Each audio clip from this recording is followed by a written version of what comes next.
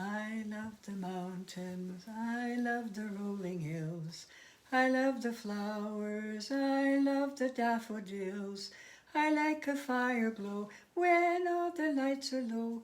I love life, I love life. Hello, dear Reiki friends. As we gather in various Reiki circles this year, and especially this Reiki festival in October 2022, we're here to honor Dr. Usui and thank him while we celebrate 100 years of Reiki as we now know it. First, I want to thank you, Rolf and Lily Holm, for your many years of loving, heartfelt service, for your dedication to Reiki, and to this community. So many Reiki Festival attendees have such great appreciation for this time together. Thank you and your team for your work, for this gathering, and thank you also for me for this opportunity to share a few moments with all of you today. What could 100 years of Reiki in the world mean for each of us individually? Let's do a little thinking about that younger Dr. Mikao Usui as the professor of religious studies, about his search for meaning, which led him to his mountaintop experience. After years of teaching, he was confronted with the question from a student: can you prove the healing energy spoken about in the Bible? What did that question mean for and do to Mikao Usui? Oh yes, I know there's been much discussion throughout years past about the story of Usui Reiki. What have we been told? And was it all factually true? I heard parts of the story from my Reiki master, Wanya Tuan. Then from Hawayo Takata in a class I audited in October of 1980. And from Barbara Brown, another Takata master, for whom I organized classes in 1982. Since then, I continued to tell it as I remember it and heard it then. Just for interest's sake, I will return to that query in a minute. What could have been Dr. Usui's immediate response to the question of this student? Can you prove the healing powers of Jesus? What caused him to want to answer that question so that he stopped his work and went on his own personal quest? How long did it take him to make that decision for the search? Can we imagine his concern when he admitted to himself he could not prove the presence of healing energy? Did he find himself in doubt about his teaching, about his value as an educator? Can we imagine him contemplating, thinking about how he was going to get an answer? Should he read more? Find different religious texts? Do more research? Where? Even meditate?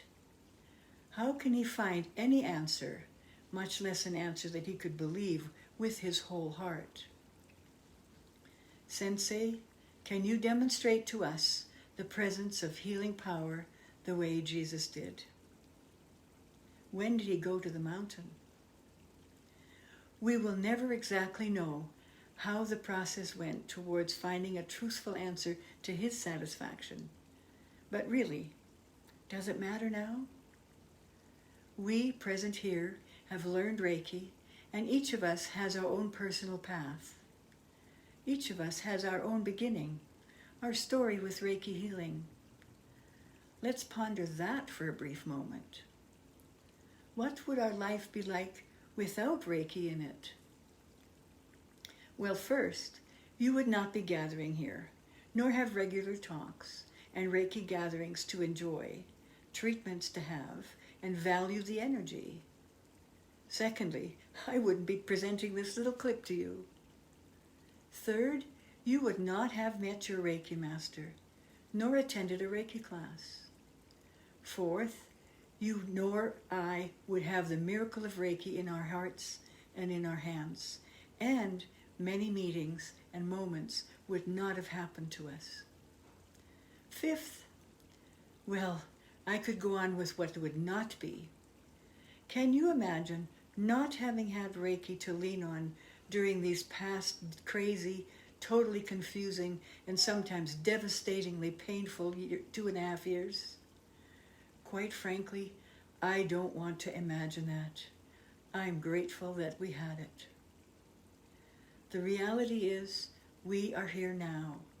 So I express my profound gratitude for Dr. Usui's research, for his walk to the mountain, for his willingness to sit 21 days, and for his open-hearted response to the light and what was yet to come. We are here because of his willingness.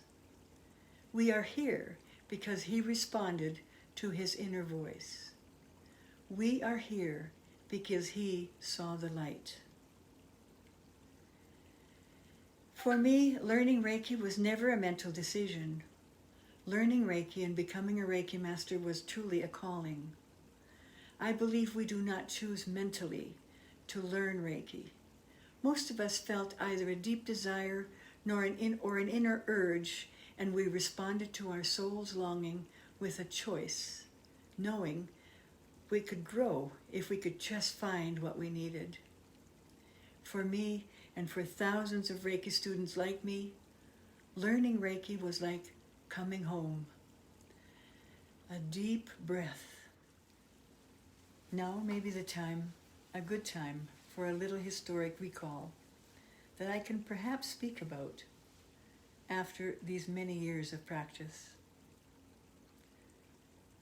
During the latter 20 years or so, when doubt about the accuracy of the Reiki story came into the energy field, I personally felt the myth of the story of Reiki, the Usui system of natural healing, as it was then called.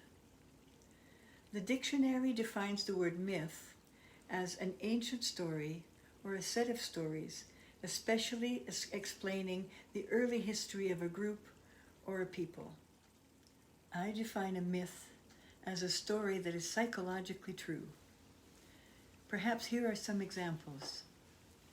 How many people here know, or perhaps even were themselves, the seeker like Dr. Usui, with a burning question in his heart?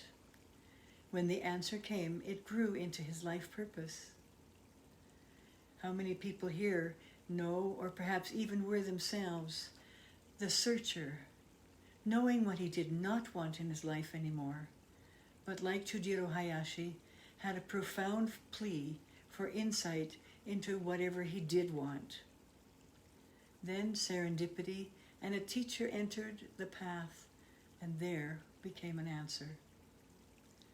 How many people here know, or perhaps even were themselves, the person with an illness, seeking a way to heal her body, like Hawayo Takata, a widow with 2 young daughters? Was she perhaps fearful she could not finish raising her daughters? Her family encouraged her to go back home to Japan with her husband's ashes, and then life, as well as important people at the time, stepped in to activate her healing journey, giving her a new confidence as well as a way to serve others. And how did she serve? For 40 plus years, she walked the path and followed her life's purpose and her heart, and told the story of the early masters to thousands of students in a dominantly Christian Western country. 100 years later, after Usui, with gratitude in our hearts, we celebrate Reiki in our lives, heal ourselves, and continue to share and serve others. We are reminded of what Dr. Usui gave us, a tool for light, for love and service, to open our hearts, place our hands, and trust in Reiki. Truly, this is the myth, the story that is psychologically true. Since its early beginnings, and in each of our own countries, wherever we learned Reiki, we contributed to our own personal story of the myth of Reiki, the Usui system of natural healing. There is a saying that we've all heard: we stand on the magnificence, the shoulders of those who have gone before us. The exemplary lives and dedication of the early Reiki masters teach us and continue to demonstrate how solid are the shoulders on which we stand. Thank you, Dr. Mikao Usui. Thank you, Chujiro Hayashi. Thank you, Hawayo Takata. Thank you, Phyllis Furumoto. And thank you, Wanya Tuan. Now, each of you present here, take a few seconds to silently feel your appreciation for your own Reiki master.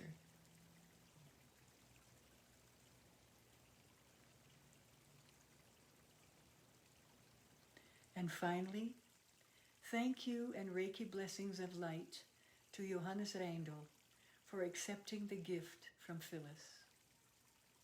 Thank you for your inspiration, your wisdom, your leadership, and your sense of inclusiveness as you guide this Reiki community globally forward.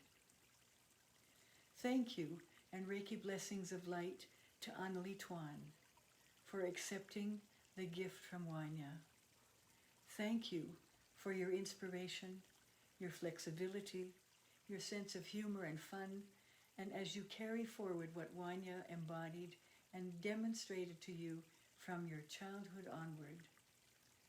Thank you both for holding and lovingly carrying the Reiki energy forward.